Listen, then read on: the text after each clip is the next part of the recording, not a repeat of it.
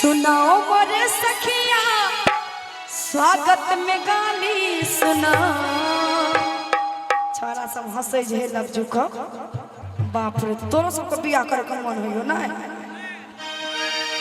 कि सुनाओ मोरे सखिया स्वागत में गाली सुना। सुनाओ मोरे सखिया स्वागत में गाली सुना।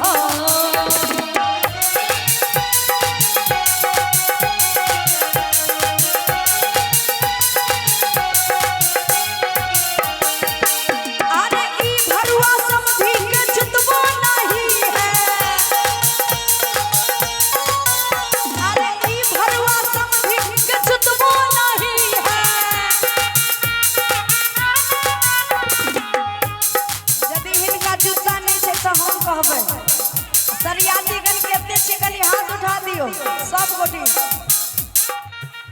अरे ई भरुआ समधी के जूतो नहीं है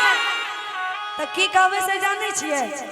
बहिन वाला सैंडल पहनाओ पहनाओ मोरा सखिया स्वागत में गाली सुनाओ। सुनाओ मोरा सखिया स्वागत में गाली सुना।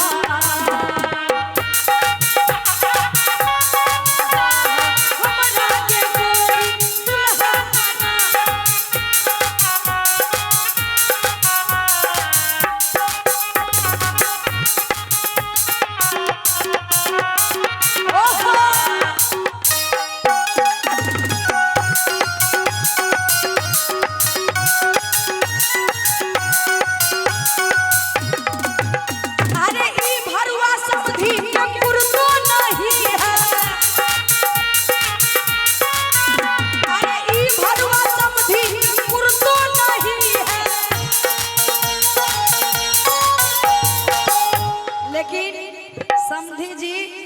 गुस्सा नहीं चढ़ाब चश्मा खोल के नहीं बिंगब किया कि मिथिला के और अहाँ के बेटा के ससुराल में समधी के अहिने स्वागत कल जाय छे। ते में फागुन आयल छे होली अरे ई भरुआ समधी के कुर्तो नहीं है कुर्तो नहीं है रे कुर्तो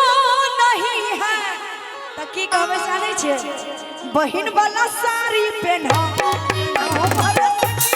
स्वागत में गाली सुना। सुनाओ मोरा सखिया स्वागत में गाली सुना। अरे ई भरुआ समधी के कुर्तो नहीं है कुर्तो नहीं है रे कुर्तो नहीं है। अरे कुर्तो नहीं है रे कुर्तो नहीं है। बहिन वाला सूट पहनाओ पहनाओ मोरा सखिया स्वागत में गाली सुना। सुनाओ मोरा सखिया स्वागत में गाली सुना।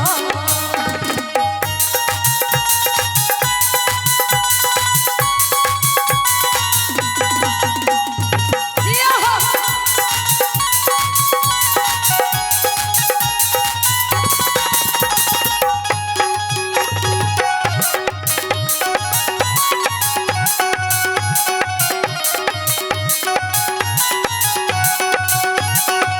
अरे ई भरुआ समधी के पागो नहीं है।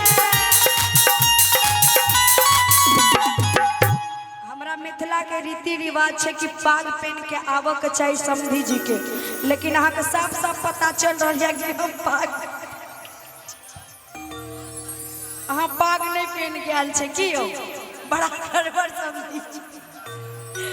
अरे ई भरुआ समधी के पागो नहीं है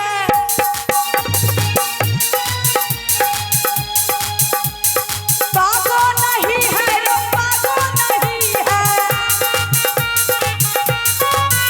अरे ई भरुआ समधी के पागो नहीं है ई भरुआ समधी के पागो नहीं है तो की कहबे जाने छे कह दिए कि बहिन वाला दुपट्टा ओढ़ाओ मोरा सखिया स्वागत में गाली सुना। सुनाओ मोरा सखिया स्वागत में गाली सुना।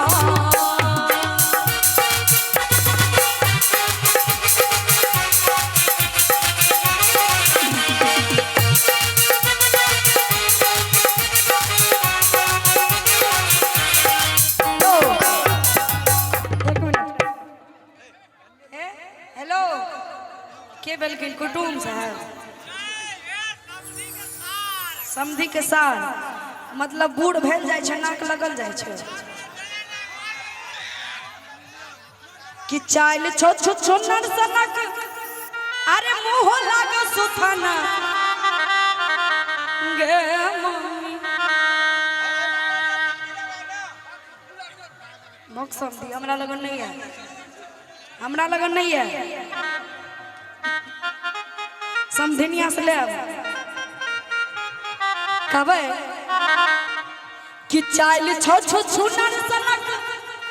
अरे मुंह लागो सुथाना गे माय गे माय आगे दुल्हा भेलै औठा चुसना गे दुल्हा भेलै औठा चुसना गे चाइल छै छु नर सनक मुंह लागो सुथाना चाइल छै छु नर सनक मुंह लागो सुथाना गे आगे छोरा भेलै औठा चुसना गे छोरा भेलै औठा चुसना गे लेकिन कहबै रोहारी के तीन पत्ता तीनों छिता नार जी आ बरतिया के सोभे बहिनिया आ सोभे के सोभे छिनार जी बरतिया रोहारी के तीन पत्ता तीनों छिता नार जी रोहारी के तीन पत्ता तीनों छिता नार जी समाधि के तीन बहिन समाधि के तीन बहिन तीनों के तीनों खलार जी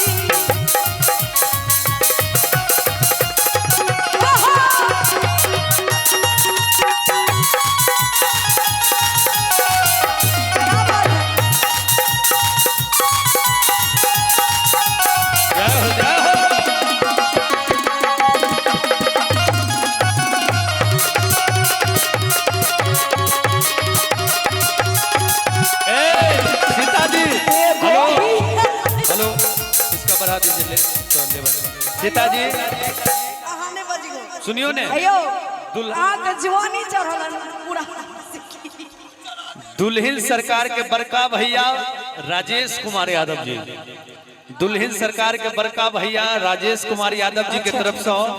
501 रुपया के पुरस्कार आयल दुल्हिन के बड़का भैया राजेश कुमार यादव जी के तरफ से 501 रुपया के पुरस्कार लेकिन दुल्हा के बड़का भैया कतो छे कतो रहे एक खोज लिया हुनको बहिन जो रहे ते अखन घूमै डीजे पर नाच कहां छथे कहते थे हैया देख चश्मा लगा के सोम लागता रा अच्छा कि साउथ वाला हीरो से सोम लागता रा ओहो अब अपना बहन के कहते बहनी तोहरे के दिल हम देबो तू तो अच्छा स्वागत करू सबके कि रोहारी के तीन पत्ता लेकिन मर्दवा सबके लाज में होय छे अपने बहन में रोटी बरतिया सबके आइए अच्छा वो बरतिया सब हां ठीक है कि रोहारी के तीन पत्ता अरे तीनों छिता नार जी आहे के कहै छी कि रोहारी के तीन पत्ता आए है अरे तीनों छिता नार जी अरे दुल्हिया के तीन बहिनिया तीनों के तीनों खिलाड़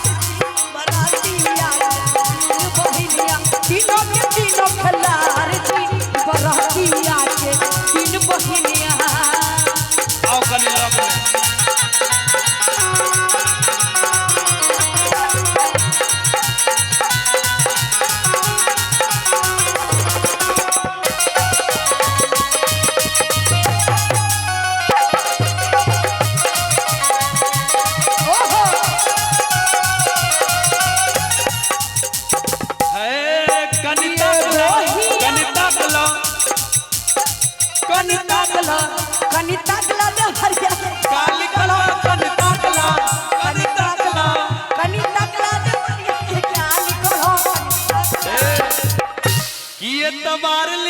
बा।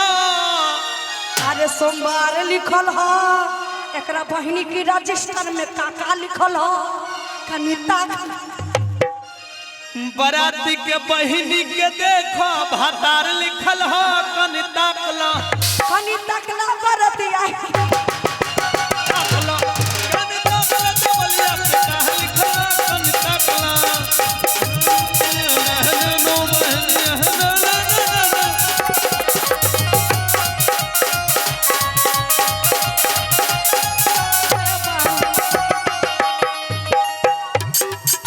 एगो हिया ऐसी तैसी एगो घूमे कलिएती अरे एगो हिया ऐसी तैसी एगो गलिए कलिएती और एगो की करे छै से पता है होरिल जी के तरफ से एगो सोंड वाला सोने राते से